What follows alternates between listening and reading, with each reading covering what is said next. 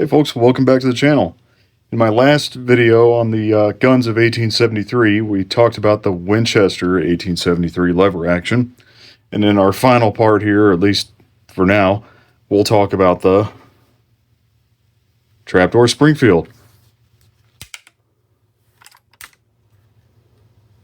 Let's go check it out.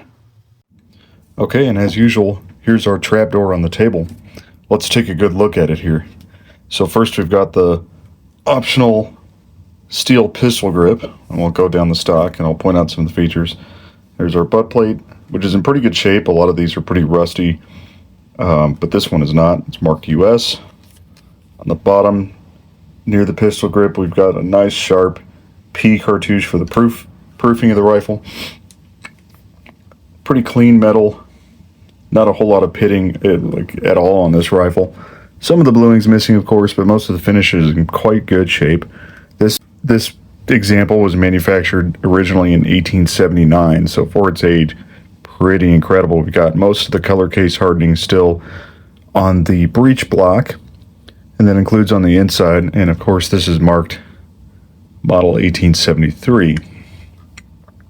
Forward of the receiver, we've got the nice proof marks, including kind of this eagle's head there on the bottom and two P's in the V letter. Those are all proof marks. These barrels were proofed multiple times at Springfield Armory before they were allowed to leave. This one's got the 1884 Buffington leaf sight, so this was an improvement over the earlier leaf sights. Okay, moving forward on the rifle. It's quite long, so bear with me. At the very end, we've got a Buffington sight hood, and again, that is an 1884 model edition. From what I read about these rifles, let me flip it around here. Between the pistol grip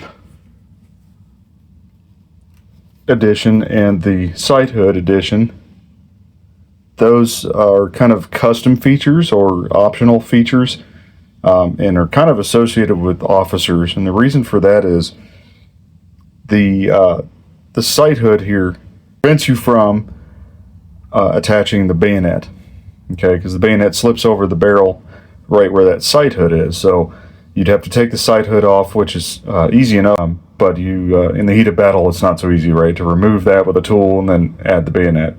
So that, combined with the excellent condition of this rifle, with most of its finish still remaining, and so on, leads me to believe that this might have been an officer's gun or something like that. In addition, on the stock here, you may not be able to see it, but the cartouche here is the inspector's cartouche. It's marked with the initials of the head of Springfield Armory and the year. So this is 1889 on the stock, but if we go by the serial number, is 115352, and that is an 1879 manufacture range. So that to me shows that in addition to some other features such as the ramrod, that this rifle was originally manufactured in that year and then refurbished at the Armory in 1889 to add the new features like the Buffington sight. Several rifles were refurbished at the Springfield Armory at some point when the Buffington sight was issued or accepted by the military so that it could be added to rifles. Okay, so this being an 1873, it has three positions on the hammer, which is here. Let me shift it forward a bit and get it in frame. There we are.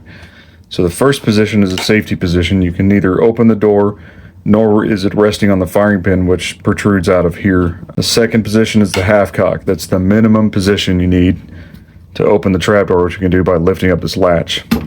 So lift that and open it. And if we had a round or a casing in the chamber, it would eject at this point. There's a small ejector here right next to the chamber that engages the rim of the round, and it will deflect off of this stud here in the bottom of the trough and fly out of the rifle. Okay, so now let's load our snap cap. We'll just set it in the trough, push it forward as far as it goes until it hits our ejector, or extractor rather, and we'll close the door. And at this point, we're not quite ready to fire. We're on the half cock position, so we have a couple of options. We can take it to the full cock, ready to fire. And you can see now the back end of the firing pin is protruding out.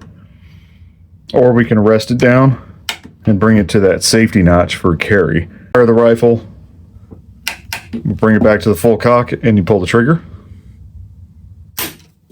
Bang! Now we've struck the bullet. We can pull it back at least 2 clicks, and when I open the door, the round will automatically eject.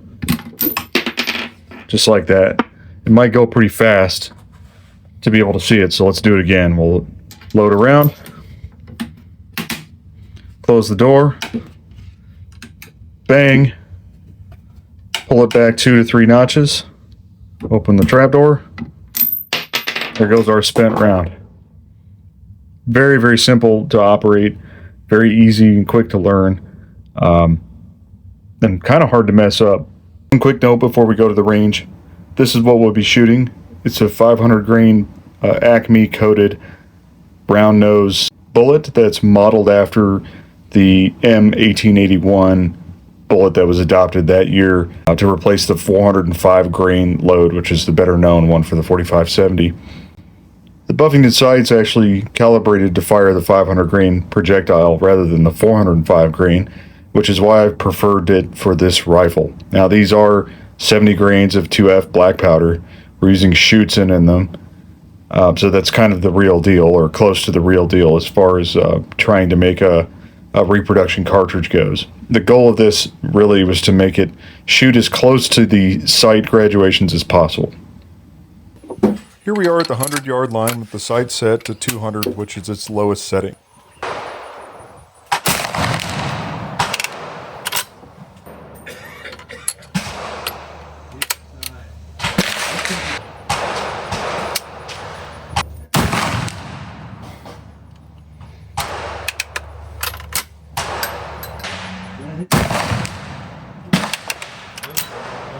Here's a look at the target at 100 yards.